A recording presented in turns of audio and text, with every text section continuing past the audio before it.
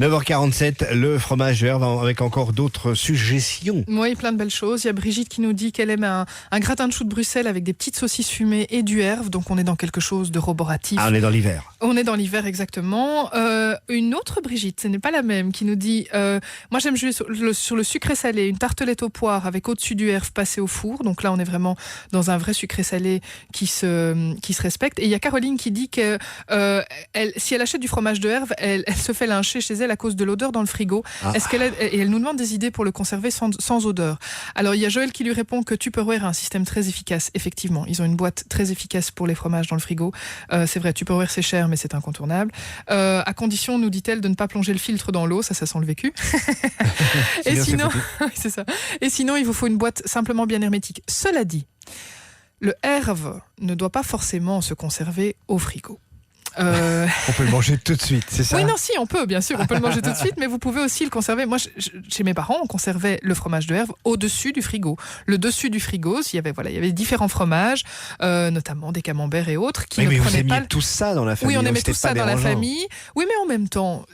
Est-ce que ce n'est pas, est-ce que cette odeur, machin, etc., est-ce que c'est pas surjoué? Oui, ça sent. Oui, les fromages sentent. Oui, le Herve sent particulièrement. Mais en même temps, est-ce que c'est à ce point un truc qui prend l'ampleur dans une pièce?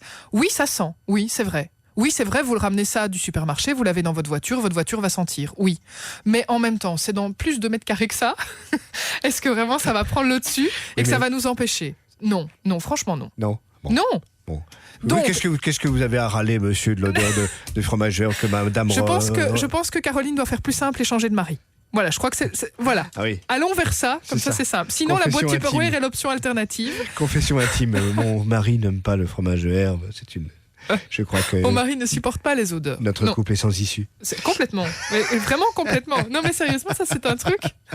C'est comme l'éducation, faut être d'accord. Donc ici, vous avez maintenant, sérieusement, vous avez la boîte Tupperware effectivement qui fonctionne bien. Vous avez le Tupperware traditionnel dans l'appellation Tupperware, donc c'est-à-dire la boîte suffisamment hermétique pour le conserver au frigo sans que ça ne prenne et que ça ne donne son odeur surtout au reste. Et sinon, l'option de garder ça hors frigo parce que c'est comme ça qu'il continue à évoluer et à être moelleux comme il est supposé être.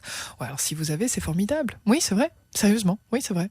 Voilà, il a besoin de cet environnement. Un abri anti-atomique. Là, il va partir en vrille. Alors je ne vais même pas relever le machin. Je pourrais. En temps normal, je devrais. Mais non, laissez le machin tranquille. Ne le relevez pas. Non.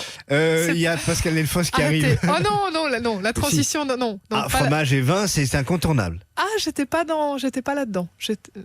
Donc, oui, vous étiez... relever le machin, Pascal Delfosse. D'accord, vous étiez dans le pont-levis. Allez. Oui, c'est ça. À tout de suite. Ouais, Ikea. Avec la carte Cora, moins 15% sur toutes les voitures télécommandées. Faudrait télécommander Saint-Nicolas pour qu'il aille chez Cora. C'est vrai. La Saint-Nicolas, c'est chez Cora. Ou chez Cora.